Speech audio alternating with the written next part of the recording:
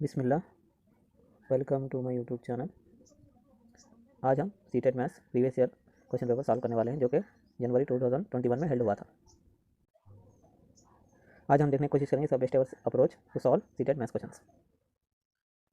जैसा कि आप जानते हैं सीटेट मैथ्स में 30 सवाल आते हैं टोटल। इसमें से 12 आके तकरीबन 12 सवाल आके मेथोडोलॉजी के ऊपर बेस आते हैं और 18 सवाल आके मैथ्स कंटेंट के ऊपर आते हैं। प्रीवियस ईयर पैटर्न को देखने पर हमें ये पता चला कि इसमें 12 सवाल आसान आते हैं और 3 आगे मॉडरेट आते हैं और 3 आगे टफ आते हैं। टफ मतलब टफ नहीं होता, टफ मतलब टाइम कंज्यूमिंग सवाल आते हैं। ये रहा आज का पहला सवाल। ये क्या बोल रहा है सवाल, मैं आपको पढ़ के सुना देता हूँ। What should be subtracted from the sum of to obtain this number. मतलब क्या है, ये 3 नंबर जो भी ऊपर दिए गए हैं, इन 3 नंबर को सम करना है। सम करने के बाद उसमें से ऐसा कौन सा नंबर घटा दें जिसकी वजह से रिजल्ट आके अपने को ये नंबर आना चाहिए। ये सिंपली इसका जो सम करने पर अपने क्या आता है, देखो ये सम करें तो ये नंबर में से एक्स को घटाने पर ये नंबर आता है। तो इसे जस्ट सिंप्लीफाई कर ली तो एक्स की वैल्यू अपने को आ जाती है। एक्स की वैल्यू क्या है, चलो हमारा नेक्स्ट सवाल देखते हैं। ये देखो, ये नंबर के बारे में पूछ रहा है कि मतलब ये नंबर रिक्वायर्ड नंबर अपने को एक नंबर बताना है जो ये फला फला कंडीशन को सेटिस्फाई करने वाला था। ओके, ये पहले हमें बेसिक मेथड से देखेंगे, उसके बाद आके इसका शॉर्ट क्या है वो भी देखेंगे। ओके, पहले सवाल पढ़ते हैं। Number is larger than half of 100 का था, मतलब 100 को आके हाफ कर दिया तो कितना आता, 50 आता। राइट, वो हाफ लार्जर देन का था, लार्जर देन हाफ ऑफ 100 का था, मतलब हमारा रिक्वायर्ड नंबर आके 50 से बड़ा है। ओके, ये पहला कंडीशन है। दूसरा कंडीशन क्या बोल रहा है था, it is more than 6 tens, मतलब 60 से भी बड़ा है बोल के बोल रहा है। ओके राइट, ये भी सही है। और क्या बोल रहा है, लेस देन 8 टेंस, मतलब क्या है 80 से छोटा है। अगर यहाँ पर 80 है तो 80 से छोटा होना चाहिए हमारा रिक्वायर्ड नंबर होता। यहाँ पर देखो 80 या फिर 80 से बड़ा नहीं हो सकता, तो ये आंसर गलत हो गया अपने को। ओके, ये 3 में छोटा। और क्या बोला है, the sum of its digits is 9 का। डिजिट सम का तो क्या है नहीं है, अगर अपने पास कोई भी एक नंबर है तो मतलब नंबर अगर 12 है, इसका डिजिट सम का तो क्या होता है, 1 + 2 कर डाले 3 होता। हमारा जो भी रिक्वायर्ड नंबर है इसका डिजिट सम कितना बोल रहा है बोले तो, डिजिट सम आपको इसका 9 होना चाहिए। यहाँ पर ये कंडीशन देखो। और दूसरा क्या, और कंडीशन क्या है, the tens digit is the double of the ones digit का था। यहाँ पर देखो, अगर अपने पास ये वंस प्लेस है, ये आपका टेंस प्लेस है, इन क्या बोला था, डबल होता है। यहाँ पर 2x होता है, यहाँ पर x है तो वंस की प्लेस में x है तो टेंस की प्लेस में आपको 2x होता है। मतलब यहाँ पर 1 है तो यहाँ पर 2 होता है, यहाँ पर 2 है तो यहाँ पर 4 होता है, यहाँ पर 3 है तो यहाँ पर 6 होता है। ये इसका मतलब है। तो ये सारी कंडीशंस देख ली हमें। हमें हमें देखो क्या बोल रहा है, ऑप्शन देखो क्या बोल रहा है। डी सम 9 बोला, इन सबका डी सम करे तो 9 चलता, 7 + 2 9 आता, 6 + 3 9 आता, 5 + 4 9 आता। तो ये कंडीशन बेकार है ऑलरेडी। ये तो सारी चीज़ें यहाँ पे सेटिस्फाई होती थी। ओके, और क्या बोल रहा है बोले तो यहाँ पर देखो, ये कंडीशन अपने लिए इंपॉर्टेंट है। टेंस के प्लेस में टेंस डिजिट आके डबल हटा करते वंस के डिजिट में। यहाँ पर देखो, यहाँ पर 3 है, यहाँ पर 6 है, तो यही हमारा आंसर है। जब भी हमको इस तरह के सवाल आते हैं, हमें क्या करना है, तो सारी कंडीशंस को पढ़ने की जरूरत है नहीं। हमें क्या करना है, तो कोई भी 1-2 कंडीशंस पढ़ के इसमें आके सेटिस्फाई करा के देख लेते रहना। यहाँ पर देखो, इसका शॉर्टेस्ट ऑप्शन क्या हो सकता है, तो देखो ये कंडीशन पढ़ लिया तो बस। यहाँ पर the tens digit is double double of the ones digit का था। यहाँ पर देखो, यहाँ पर एक्स है तो यहाँ पर 2x था। तो एक ही ऑप्शन में है, एक ही ऑप्शन में इस तरह का है, तो डायरेक्ट हमें इसका आंसर देख सकते हैं। हमें सारे ऑप्शंस पढ़कर अपना टाइम खराब नहीं करना एग्जाम में। डायरेक्ट आके कोई भी 1-2 ऑप्शंस पढ़ना, इसमें ऑप्शंस कोई भी 1-2 कंडीशंस पढ़ना, उसके बाद ये ऑप्शंस उठा के देख लेना इसमें कौन सा कंडीशन आके ये ऑप्शंस को सेटिस्फाई करता है। तो जो भी ऑप्शंस को सेटिस्फाई करता वही हमारा आगे आंसर हो जाता।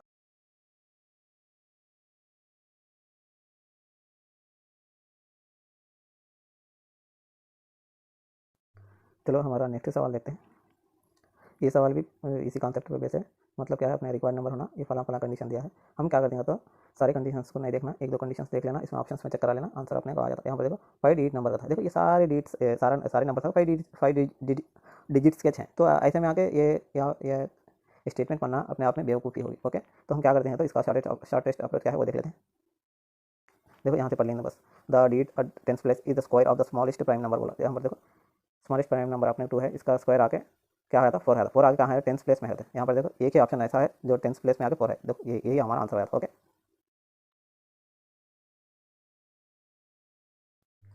चलो हम नेक्स्ट सवाल देखते हैं। ये सवाल क्या बोल रहा है, the sum of 5 consecutive numbers is 20 का है। What is the sum of first 3 consecutive numbers का। मतलब क्या नहीं है, कॉन्जिक्यूटिव नंबर्स का तो जो भी कंटिन्यू रहते हैं, मतलब लगातार आने वाले, मतलब 1 2 3 4 5 6 इस तरह आते हैं ना। ये क्या बोल रहा है, इनका सम करने पर ऐसे 5 नंबर का हमें सम करे तो इसका सम आगे 20 रहते हैं। हमें फर्स्ट 3 का आगे बताना है। चलो हम देखते हैं ऐसे सवाल हम कैसे करते हैं। देखो हमारे अब क्या क्या नहीं करना है, देखो सम ऑफ कॉन्सिक्यूटिव इंटीजर्स को आकर हम इस तरह से रिप्रेजेंट करते हैं। मतलब पहले को एक समझ लेते हैं, नेक्स्ट x+1 समझ लेते हैं, उसके नेक्स्ट आगे x+2 का। तो यहाँ पर देखो गैप हमेशा 1 रहना, हर 2 नंबर्स के बीच हमेशा गैप आके 1 रहता कॉन्सिक्यूटिव इंटीजर्स में। ओके, ये एग्जाम्पल्स दिया है, देखो 1 2 3 4 5 का। चलो इसका आंसर कैसे करते हैं देखें। तो हमें माने फर्स्ट नंबर को x मान लें, नेक्स्ट नंबर को x+1 मान लें, थर्ड नंबर को x+2 मान लें, फोर्थ नंबर को ये मान लें, फिफ्थ नंबर को ये मान लें। इसका सम आगे 20 ऑलरेडी दिया है। उसको सिंप्लीफाई कर ली, 5x एक जगह रख ली और जो भी 1 2 3 है उसको सम करे तो कितना आया 10 आ गया। अब वो सिंप्लीफाई कर ले तो x की वैल्यू आ गई 2 आ गई। यानी क्या पूछा आपने को फर्स्ट थ्री कॉन्जिक्यूटिव नंबर का सम पूछा। यहाँ पर फर्स्ट थ्री आ गई x प्लस 1 x प्लस 2, यहाँ पर 3x प्लस 3, x की वैल्यू आपने 2 दिया है 2 ऐड करी तो हमारा आंसर आ गया 9 आ गया। तो ये हमारा आंसर। ओके, चलो नेक्स्ट हम देखते हैं।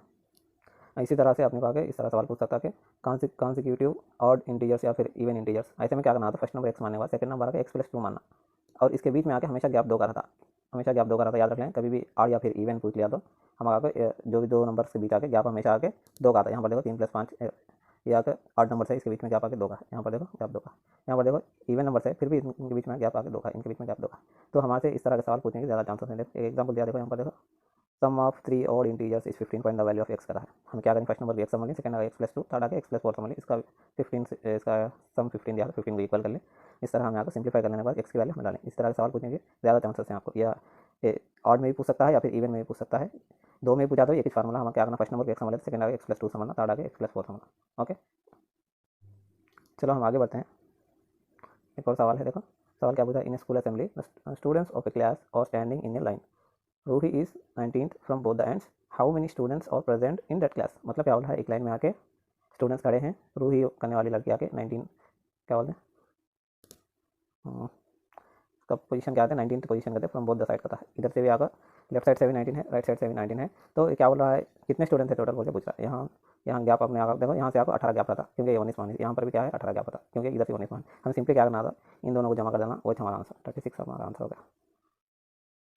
देखो या फिर इसका फार्मूला ये याद रख ले तो बस 2n-1। देखो यहाँ पर कितना दिया है, रूही का नंबर आके 19 दिया है, 19 दिया तो क्या करें 2 एन के प्लेस में आपको 19 रख डालें, 19 रख क्या है 2 × 18 दैट इज इक्वल टू 36। ये इसका शॉर्टकट है। ओके, चलो हम नेक्स्ट सवाल देखते हैं।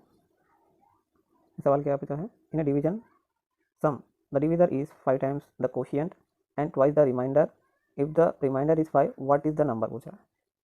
यहाँ पर आके आपने को सिंपल आके डिवीजन का जो है वो बेसिक हमें आना चाहिए। मतलब क्या है, देखो फॉर एग्जाम्पल अपने पास एक नंबर है 7, इसको आकर हम 3 से डिवाइड करें तो देखो 3 2 6। ओके, यहाँ पर एक बचा तो हमारा आपको इसमें मालूम होना चाहिए कौन सा रिमाइंडर है, कौन सा कोशिएंट है, या फिर कौन सा वो क्या होते हैं डिवाइडर है। इस तरह सारी चीज़ें हमें मालूम होना चाहिए। देखो इसे क्या बोलते हैं, डिविडेंड कहते हैं, इसे डिविडेंड कहते हैं, इसे आपको डिवाइडर कहते हैं, डिवाइडर कहते हैं, इसे आपको है क्या, इसे आपको रिमाइंडर कहते हैं, इसे आपको कोशिएंट कहते हैं। देखो हमें 7 को कैसा लिख लिया तो ये 7 को कैसा लिख लिया तो 3 × 2 + 1 लिख लिया। इसमें क्या आएगा तो 7 आपको डिविडेंड है तो 7 आपको डिविडेंड है तो 3 आपको क्या है डिवाइडर है, 2 आपको कोशिएंट है, 2 आपको कोशिएंट है और 1 आके रिमाइंडर है। इस तरह का हमारा फार्मूला बन जाता है। देखो dividend is equal to divider into quotient plus remainder, इस तरह का फार्मूला बनता है। हम देखेंगे नेक्स्ट। देखो देखो यहाँ पर है, देखो dividend is equal to quotient into divider plus remainder, इस तरह का फार्मूला होता है। हमें क्या पूछा है, ये जो भी है ये डिवीजन सम पूछ रहा है। डिवाइडर आपको क्या बोल रहा है, डिवाइडर आपको 5 टाइम्स द कोशिएंट कहते हैं, डिवाइडर आपको क्या है कहते हैं 5 टाइम्स द कोशिएंट है कहते हैं, डिवाइडर कहता है 5 टाइम्स द कोशिएंट है कहते हैं एंड ट्वाइस द रिमाइंडर कहते हैं, या और क्या है कहते हैं रिमाइंडर का ट्वाइस है कहते हैं। और क्या बोल रहा है, if the remainder is 5, R की वैल्यू दिया है 5 को, आर की वैल्यू 5 दिया है तो हमें क्या पूछा है, जो भी नंबर है मतलब डिविडेंट हमने पूछा है। चलो हम देखते हैं इसे कैसा करते हैं। हम देखो क्या पूछा है, रिमाइंडर दिया, रिमाइंडर दिया और क्या बोला डिवीजर आपको क्या है 2 टाइम्स करता है, ट्वाइस द रिमाइंडर करते हैं। यहाँ पर देखो ट्वाइस द रिमाइंडर 2 आर करो, आर की वैल्यू रखें तो डिवीजर की वैल्यू आपको 10 आ गई है। फिर क्या बोला, फर्स्ट क्या बोला था, डिवाइजर आपको 5 टाइम्स का क्वेश्चन था, divisor is equal to 5 Q. हमारा यहाँ पर देखो डिवीजर की वैल्यू हमें क्या आ गई है 10 आ गई थी, तो यहाँ पर क्यू की वैल्यू भी अपने आ गई। तो सिंपली आगे ये फार्मूला हमारा आया, तो इसमें देखो सब्स्टिट्यूट करके हमारा आंसर आया था, हमारा आंसर आ गया 25 हमारा आंसर। ये फार्मूला आगे इंपॉर्टेंट है, हर बार इससे सवाल पूछते हैं, इंशाल्लाह आगे भी इस तरह इससे सवाल आने की ज़्यादा चांसेस है। ये हमेशा याद रखें, dividend into dividend is equal to quotient into divider plus remainder, ये हमेशा याद रख ले। देखो इसमें यहाँ पर भी दिया है कौन सी चीज़ें क्या क्या हैं। ओके, चलो आगे बढ़ते हैं। चलो नेक्स्ट देखते हैं।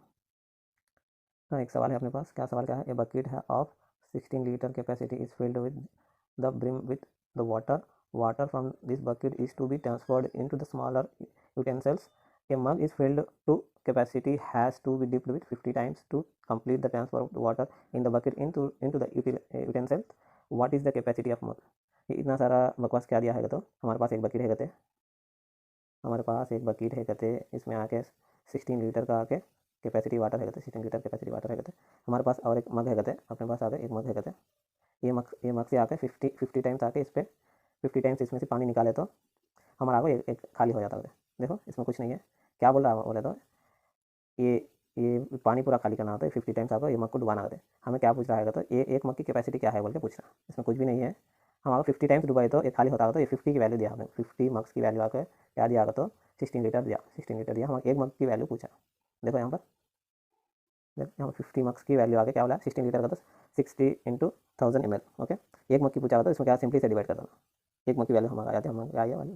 देखो ये क्या बोल रहा है तो 50 टाइम्स रहते हैं, इसमें 50 टाइम्स डोबे तो ये आपको खाली होता है। देखो यहाँ पर भी लिखा है 50 मग्स के आपको एक बकेट के बराबर करें। 50 मग्स में एक बकेट में कितना पानी है, 16 लीटर पानी है। 16 लीटर क्या लिख लेते थे, 16,000 ml लिख लेते थे। ये आपको 50 मग्स के बराबर है। एक मग की वैल्यू क्या होती है, सिंपली आपको इसे डिवाइड कर डाले तो इसका आंसर आता है अपने। देखो ये बिल्कुल सिंपल है, इसमें कुछ ज़्यादा दिमाग लगाने की जरूरत है नहीं। ओके, चलो हम नेक्स्ट सवाल देखने की कोशिश करते हैं। हाँ, हमारे पास नेक्स्ट सवाल आ गया, क्या बोल रहा है एक taxi meter shows charges 50 rupees for first 2 kilometres of the journey and 16 rupees for subsequent kilometers traveled. Manju pays 258 as fare to travel from her house to the railway station. How far the railway station is from home? मतलब कुछ भी नहीं है, अपने पास कोई भी एक गाड़ी है तो क्या बोल रहा है बोले तो उन्हें फर्स्ट 2 किलोमीटर को आपको कितना 50 रुपये आके चार्ज करता होते हैं। उसके बाद जितने भी किलोमीटर वो जाना चाहता है, ये फर्स्ट 2 किलोमीटर को 50 लिया, 50 रुपये से लेता। फिर जितने जितने किलोमीटर भी जाता है, वो जितने भी किलोमीटर जाने हर किलोमीटर के ऊपर 16 रुपये लेता करते, 16 रुपये चार्ज करता करते। लास्ट में आप क्या करेगा तो 258 रुपीज़ आपको हम उस करने से लिया करते, जो भी है उस करने से लिया करते। तो हमें क्या पूछता है तो इसका डिस्टेंस पूछ रहा हूँ, तो टोटल किलोमीटर आपने पूछ रहा है इन्हें। देखो तो इसका आंसर हम कैसा करते हैं, देखो मैं क्या बोला, फर्स्ट 2 किलोमीटर का 50 रुपये ले दूँगा है, उसके बाद जितने भी किलोमीटर उन्हें जाता उसके बाद 16 ले दूँगा बोलता है। हमने कहा को लास्ट में इन्हें कितना पे करा, तो ये बोला 258 रुपीज़ पे करा। तो हमें क्या पूछा है, टोटल डिस्टेंस मतलब टोटल किलोमीटर्स पूछा, तो हमें क्या करना था, हमें टोटल कितना पे करा 258, उसमें फर्स्ट 2 आके माइनस कर देना, क्योंकि 2 किलोमीटर का 50 वाला से लिया है। ओके, इसके बाद जितने भी किलोमीटर गए उसके आगे इक्वली लिया तो यहाँ पर देखो इससे माइनस करने पर कितना आता 208 रुपये आता, 208 रुपये का उन्हें गया हर किलोमीटर के ऊपर आकर 16 रुपये लिया था। तो टोटल कितना लिया यहाँ पर 208 लिया आने से, हर किलोमीटर कितना लिया 16 रुपये लिया। तो इसका डिवाइड करने पर क्या आता 13 आता। तो मतलब यहाँ पर 13 किलोमीटर आपको 16 रुपये के हिसाब से लिया, 2 किलोमीटर 50 रुपये के हिसाब से लिया। तो टोटल कितने किलोमीटर चला, 15 किलोमीटर से चला। ये हमारा आंसर हो गया। चलो हम नेक्स्ट सवाल देखने की कोशिश करेंगे। यहाँ पर सवाल क्या बोला गया देखो, in how many ways 48 small squares of 1 into 1 can be arrange the resulting area इसे। मतलब क्या बोला अपने पास आके इस तरह के 1 cm इंटू 1 cm के 48 स्क्वायर हैं, अपने को रिजल्टिंग एरिया कितना बोला है, मतलब कितना अपने पास एरिया है, इस तरह का एरिया है, इसमें आके 48 सेंटीमीटर स्क्वायर रख सकते हैं। तो हमें इसे कितने तरीके से हम इसको अरेंज कर सकते हैं, ये हमारे से सवाल पूछा है। इसमें कुछ नहीं है, जस्ट 48 के फैक्टर्स अपने को आंसर देना है। चलो देखते हैं कैसे करते हैं। देखो ये इसका टोटल एरिया आकर इतना है 48 सेंटीमीटर स्क्वायर। ओके, हमारे पास कितने स्क्वायर से आगे 1 into 1 सेंटीमीटर के कितने हैं 48 स्क्वायर है। ओके, हम क्या कैसे कैसे अरेंज कर सकते हैं, तो एक एक स्क्वायर को एक टाइम पर यहाँ पर ऐड करें तो 48 टाइम्स आके हम इसको ये कर सकते हैं, मतलब इसको अरेंज कर सकते हैं। ओके, अगर एक टाइम पे आके 2 स्क्वायर को हमें इधर ऐड करें तो 24 टाइम्स हमें आपको इसे अरेंज कर सकते हैं। ओके, इसी तरह 3 स्क्वायर को एक टाइम पर लिए तो 16 टाइम्स जाता। इसी तरह 4 स्क्वायर को एक टाइम लिया तो 12 टाइम्स जाता। इसी तरह 6 स्क्वायर्स को लिए तो एक टाइम पर 6 8 या 48। ये सवाल कुछ भी नहीं है, जस्ट 48 का आके अपने को फैक्टर्स पूछा है। देखो बस इतना ही है, इसमें और कुछ नहीं है। मतलब इसके कितने तरीके हो गए, 1 2 3 4 5। ओके, ये 5 आके ये हमारा आंसर। ओके,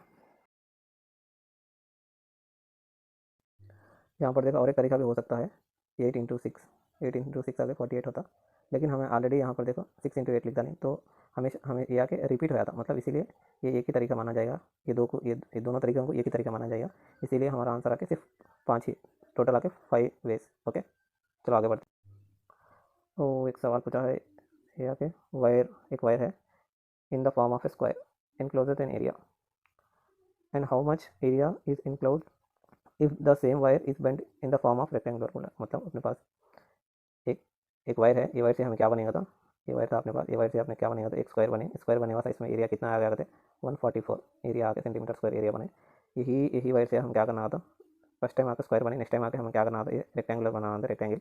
इसका आके लेंथ कितना बोला है 16 सेंटीमीटर होता यही वाइड से अपने को पहले आके स्क्वायर बनी, अब आपको रेक्टेंगुलर बनाना कहते और इसका एरिया हमें मालूम कर लेना बोल के बोल रहा। ओके, चलो हम कैसा करते हैं देखते हैं। देखो यहाँ पर दिया है स्क्वायर का एरिया दिया है, स्क्वायर का एरिया दिया तो अपने मालूम स्क्वायर का एरिया का फार्मूला क्या है, ए स्क्वायर की वैल्यू ऑलरेडी दिया है। तो हम क्या करते हैं, यहाँ से ए की वैल्यू हमें मालूम कर ली, तो हम क्या करेंगे, इसका पेरीमीटर देखें, पेरीमीटर ऑफ स्क्वायर आके 4 है, मतलब 4 इंटू 12 आके 48। ओके, जो पेरीमीटर ऑफ ए स्क्वायर है वही आके लेंथ ऑफ द वायर हो जाता है। ओके, अब यही लेंथ से हम क्या करते हैं, पहले आके स्क्वायर बने थे, अब आके हमें रेक्टेंगल बनाना है। तो मतलब यहाँ पर क्या है, तो लेंथ ऑफ द वायर आके कभी चेंज नहीं होता, हमें कोई भी शेप बना ले, यहाँ यही वायर से आके हमने कितने भी शेप बना सकते हैं, लेकिन वायर की लेंथ कभी चेंज नहीं होती, मतलब पेरीमीटर कभी चेंज नहीं होता। इसका जो पेरीमीटर होगा स्क्वायर का वही पेरीमीटर आके रेक्टेंगुलर का पेरीमीटर होगा, ये यहाँ पर बोलना चाहते हैं। हम मालूम देखें पेरीमीटर ऑफ रेक्टेंगुलर का फार्मूला क्या है, 2 × l + b। हम पेरीमीटर मालूम रेक्टेंगल का क्या है, जो स्क्वायर का था वही आके रेक्टेंगुलर का भी है। तो यहाँ पर इसे इक्वेटिंग करें तो यहाँ पर एल की वैल्यू ऑलरेडी दिया है, तो यहाँ पर एल की वैल्यू सब्स्टिट्यूट करें तो बी की वैल्यू आ गई। तो एरिया आपको हमें रेक्टेंगुलर मालूम कर लेना था, एल इंटू बी, तो क्या है 16 × 8 = 128 सेंटीमीटर स्क्वायर। यही हमारा आंसर हो जाएगा। आई होप ये सवाल आपको समझ में आ गया हो।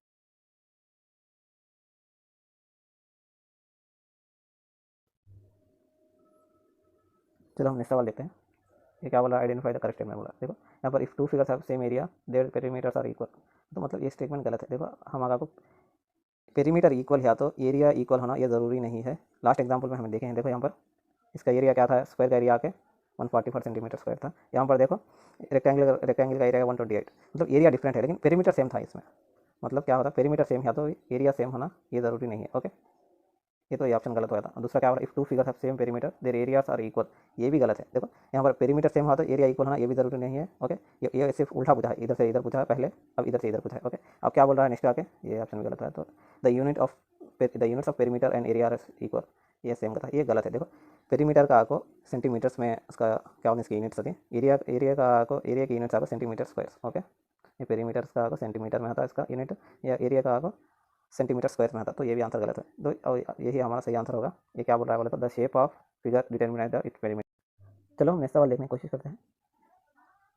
सवाल क्या पूछा है, a train starts from Patna on 30 May 2020 at 23:40 hours and reaches Mumbai on 1 June 2020 at 5:15 AM, मतलब 5:15 hours। What is the total time of train. ये सिंपल ही सवाल है, इसमें कुछ दिमाग ज़्यादा लगाने की जरूरत है नहीं। इसमें क्या बोला था, 30, एक आपको 30 है, एक आपको 30 पर 1 है, एक आपको 1 तारीख है। ये 30 मई को, ये 30 पर 1 मई, ये आपका 1 जून। ओके, इसमें क्या कब चालू करा करते हैं, 11:40 को, रात के 11:40 को आकर यहाँ पर जर्नी चालू करा करते, मतलब यहाँ पर आकर इस दिन कितना चला था, 20 मिनट चला था, सिर्फ 20 मिनट सिर्फ चला था। इधर आपको कितने दिन चला था, इधर आपको 24 आवर्स चला था। एक तो नेक्स्ट दिन कब पहुँचा, 5 घंटे 15 मिनट को पहुँचा। तो टोटल टाइम कितना लिया, यहाँ पर 20 मिनट लिया ये दिन में, यहाँ पर आपको 20 पर 4 घंटे, मतलब एक पूरा दिन लिया, यहाँ पर आपको 5 घंटे लिया। तो सिंपली इन तीनों को ऐड कर देना है, 24 × 5 आकर 29 आवर्स, 20 मिनट्स इंटू 15 मिनट्स आके 35 मिनट्स। कुछ ज़्यादा दिमाग लगाने की जरूरत नहीं। देखो यहाँ पर 30 मई को आपको कितना 20 मिनट चला, 30 पर 1 मई को आपको पूरा दिन चला, 1 जून को आपको कितना चला, 5 घंटे और 15 मिनट चला। सिंपली इन तीनों को ऐड कर दें, इन तीनों को ऐड कर डाले तो क्या आया, ये आपका हमारा आंसर क्या आया, 29 आवर्स एंड 35 मिनट्स। ये हमारा आंसर हो गया। देखो यहाँ पर 30 मई को कितना जर्नी कराया, तो सिर्फ 20 मिनट करा। ओके, चलो आगे बढ़ते, चलो हम नेक्स्ट सवाल देखने की कोशिश करते हैं। ये सवाल क्या बोल रहा है, Asmita reaches school for a meeting 15 minutes before a time, मतलब एक टाइम दिया है, इससे आके 15 मिनट्स पहले आके अस्मिता आके स्कूल को रीच हो गई थी, मतलब मीटिंग को रीच हो गई थी। तो अस्मिता का टाइमिंग क्या हो गया, 8:15 हो गया। ओके, और क्या बोला है, she is reach half an hour early than her colleagues, मतलब क्या बोला है, ये अस्मिता ये टाइम में जो रीच हुई है, या के आधा घंटा पहले रीच हुई है इनके कोलिग से। मतलब क्या है, तो इनके कोलिग्स आकर आधा घंटा बाद आगे रीच हुए होंगे मीटिंग के। ओके, तो कोलिग्स का टाइम क्या हो जाता है, इसमें देखो ऐड करें तो या कोलिग्स का टाइम हो जाता है, कोलिग्स आके 8:45 AM को रीच हुए। ओके, अब क्या बोल रहा है बोले तो who is 40 minutes late for a meeting, ये जो ये टाइमिंग आए हैं यहाँ के ऑलरेडी 40 मिनट्स लेट है। मतलब क्या है, 40 मिनट्स इनका ये कोलिग्स का टाइम है क्या, ये आके ऑलरेडी इनका टाइमिंग आगे ये है 8:45 AM है, ये आगे क्या है 40 मिनट्स लेट है। मतलब क्या है, इसमें से माइनस कर दें तो क्या आ गया 8:05 AM आगे, यही आके शेड्यूल टाइमिंग है। ओके, यही हमारा आंसर हो जाए, कुछ भी नहीं है, ये जस्ट क्या है, ये वर्ड का खेल है। मतलब जो आपको ये बातों से आपको ये आप कन्फ्यूज़ करना चाहता है बस, इसके अलावा कुछ नहीं। आप सिंपली आके जो उन्हें बोलता है इन्फॉर्मेशन आके वो सीधे सीधे लिख लेंगे तो अपना आंसर आके ईजी से आ जाता है। ओके, चलो हम नेक्स्ट सवाल देखते हैं। ये क्या बोल रहा है बोले तो among the following fractions which are not largest and second largest fraction अपने को बताना है। जो भी यहाँ पे फ्रैक्शंस दिए हैं इसमें से 2 बड़े फ्रैक्शंस को अपने बताना है। देखो अगर इन दोनों के बीच में, मतलब न्यूमरेटर और डिनोमिनेटर के बीच में अगर गैप हमेशा सेम रहा, तो गैप सेम रहा तो सारे फ्रैक्शंस में जो बड़ा फ्रैक्शन होगा वही उसका आंसर होगा। लेकिन यहाँ पर सब में एक एक का गैप है, ये 3 और 5 में 2 का गैप है, इसलिए हमारी मजबूरी है कि हम क्या करना था, सारे ऐसे ऑप्शन को चेक करना पड़ता, मतलब सारे फ्रैक्शन को हमें परसेंटेज केस में लिखना पड़ता है। चलो देखते हैं। देखो यहाँ पर देखो, इसका परसेंटेज इस तरह लिख सकते हैं, इसका परसेंटेज इस तरह लिख सकते हैं, इसका परसेंटेज इस तरह।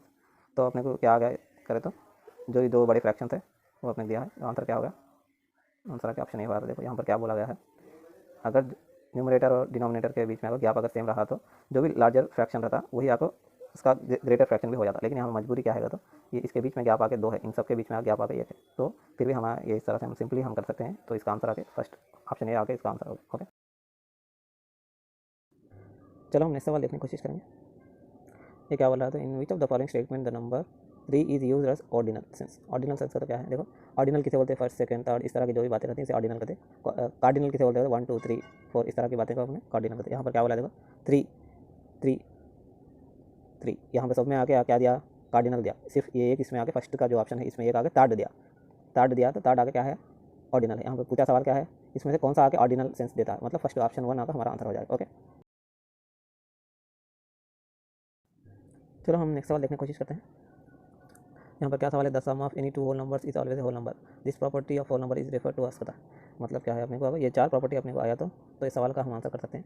ये 4 प्रॉपर्टी मैं आपको बाद में आपको अच्छे से समझा दूंगा। यहाँ पर देखो सिर्फ अगर यहाँ इसका आंसर क्लोजर प्रॉपर्टी है। क्लोजर प्रॉपर्टी क्या है, सिंपली हम देख लेंगे। हमारे पास कोई भी अगर एक सेट है तो, और इसमें से हम कोई भी हम ऑपरेशन करते हैं, मतलब 1 + 2 आगे, मतलब यहाँ एडिशन का ऑपरेशन करें, हमें जो 2 नंबर है इसमें से उठाएं, 1 और 2 इसी सेट में के नंबर हैं, इसी सेट में के नंबर को उठाकर हमें आगे इसमें कोई सा भी एक ऑपरेशन करें, मतलब प्लस या माइनस या डिवीजन, इस तरह कुछ भी हमें ऑपरेशन करें। उसके बाद भी जो रिजल्टेड नंबर आकर, रिजल्टेड नंबर क्या आया, 3 आया, जो ये नंबर रिजल्टेड नंबर आकर वही सेट में का आ गया तो ये आगे क्लोजर प्रॉपर्टी हो जाती है।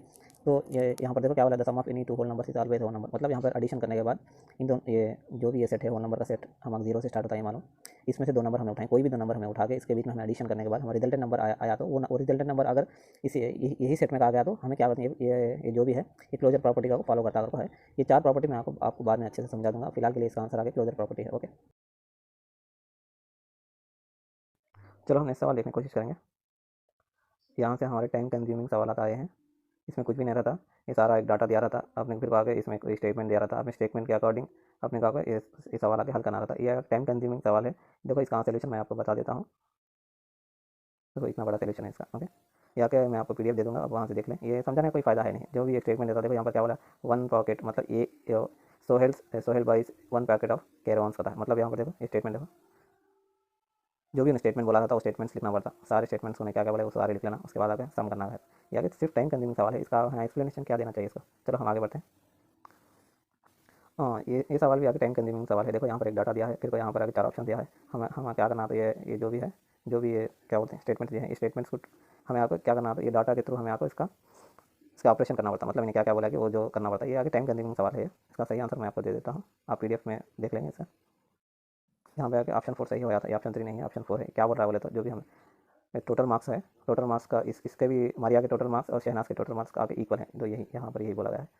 एग्जाम में हमारे इस तरह से सवाल आके अपना टाइम खराब करने के लिए दिया जाता है। ये सारे ऑप्शन हमें चेक करना पड़ता है, वो क्या बोल रहा है, ये कौन से मार्क्स बढ़ है, कौन से कम है, ये सारे ऑप्शन अपने चेक करना पड़ता है। हाँ, टाइम वेस्ट के लिए ये सारे सवाल दिए जाते हैं। आप पीडीएफ में देख लें सवाल। ओके, इसमें ज़्यादा समझाना कुछ है नहीं, ये चारों स्टेटमेंट को आगे हमने फुलफिल करके देखना है। ओके, यहाँ से हमारी मेथोडोलॉजी चालू हो जाती है। इसमें मैं सवाल पढ़ूंगा और इसका आंसर बताऊंगा, तो आपका टाइम वेस्ट है। ये आके मैं पीडीएफ में आपको दे दूँगा, आप वहाँ से डाउनलोड करने देखिए। मैं यहाँ पर सवाल पढ़ूंगा और इसका राइट आंसर बताऊँगा। इसमें समझाना कुछ है ही नहीं। ओके, देखो इस तरह के 12 सवाल आते हैं। आपका टाइम मैं वेस्ट नहीं करना चाहता, इसलिए मैं आपको पीडीएफ में दे दूँगा, वहाँ से आप डाउनलोड कर लेके पढ़ लें। ओके, आप ये आई होप ये वीडियो आपको पसंद आया होगा। Please support me if you want more videos. Okay, thanks for watching. Okay, bye bye.